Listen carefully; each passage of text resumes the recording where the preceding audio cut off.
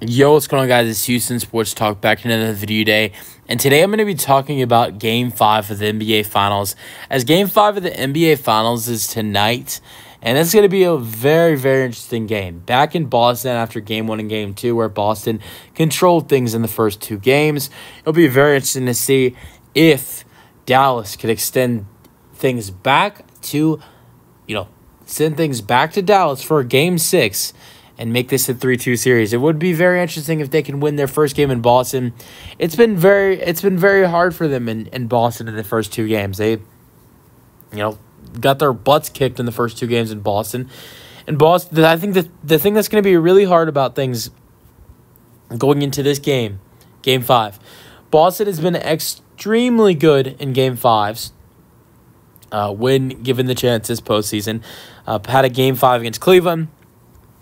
Dominated Cleveland in the second round, and then had a Game 5 against Miami Heat. Won. They've been good at home in the postseason. They've only lost twice in the postseason at home this year. And really, in most, even you can go back to last postseason, they were good at home. You can go back to last postseason, they were good in Game 5s.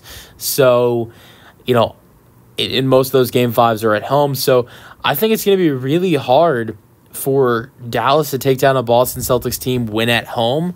But it will be interesting, and I think if Dallas is going to have to win, they're going to have to get their best basketball from Luka Doncic and Kyrie Irving, which is certainly what they got in Game 4. Of course, that's 100%. No, I don't think anyone could. Well, maybe Kyrie could have played better, but Luka played great, fantastic in Game 4. I think they need them to be better in Game 5 in order for them to win. I want to go over the injury report. So for Dallas, you have Greg Brown, who's out for personal reasons. He wouldn't play anyways, and then obviously Boston.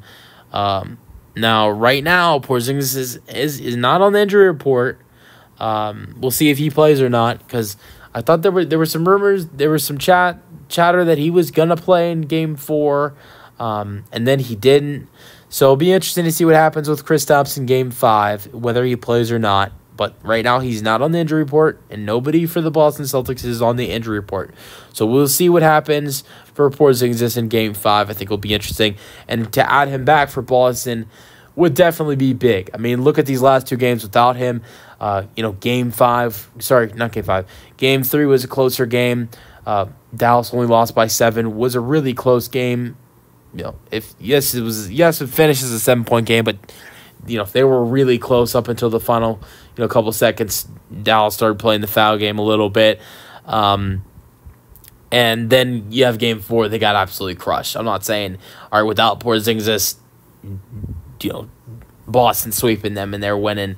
They're gonna win. They're gonna win Game 4 and take them down and sweep them. But what I am gonna say is that the Celtics play a lot different basketball and play a lot better basketball with Kristaps Porzingis. So I think that will change things. And the Celtics play a lot better basketball at home than they do on the road. So I think it's going to be very interesting to see, how things play out in this Game 5.